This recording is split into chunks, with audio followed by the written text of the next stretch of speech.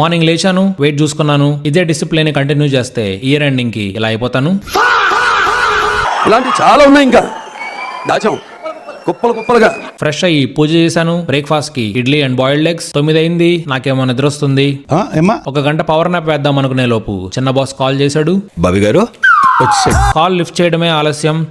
ఏం చేసావు వీకెండ్ అని మొదలు పెడతాడు. కొత్తగా ఏం చేస్తాం లేండి, రైతు బజార్కి వెళ్ళి కూరగాయలు తెచ్చుకుంటాం, పిల్లలతో 4 తిట్లు తింటాం, శనివారం ఉతుక్కున్న బట్టల్ని ఆదివారం మడత పెట్టుకుంటాం. మీరు చేసేది కూడా ఇదే కదా, ఏదో పెద్ద ప్యాకాటలో ఒలింపిక్ మెడల్ గెలిచిన వాళ్ళగా ప్రతి సోమవారం ఇదే క్వశ్చన్ అడుగుతారు అని లోపలే అనుకున్నాను.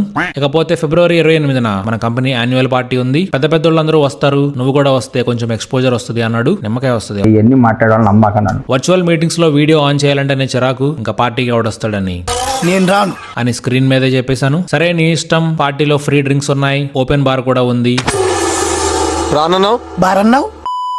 ఇంకా లంచ్ కి అదే చికెన్ రైస్, అదే ఒలోచారు. తిన్న వెంటనే కూర్చోకుండా 4 అడుగులు వేరే గాడిద అని మా నాయనమ్మ చెప్తూ ఉండేది. ఈవినింగ్ జిమ్ కి వెళ్తే కోడి పందాల దగ్గర ఉన్నంత జనం ఉన్నారు. ఎంతమందిలో మనం మింగలేంలే అని సైలెంట్ గా ఇంటికి వచ్చేసాను. డిన్నర్ కి protein shake and air fried chicken supplements తీసుకున్నాను. ఈ రోజు మూవీ రికమెండేషన్ అంధకారం. ఇది ఒక హారర్ థ్రిల్లర్. దీని గురించి చెప్పాలంటే సినిమా మళ్ళీ చూడాలి, నాకు అంత ఓపిక లేదు. సినిమా అయితే బాగుంటుంది, చూడాలనుకుంటే నెట్ఫ్లిక్స్ లో ఉంది, చూసేయండి. రేపు మార్నింగ్ జిమ్ కి వెళ్ళాలి. ఈ రోజుకి అంతే.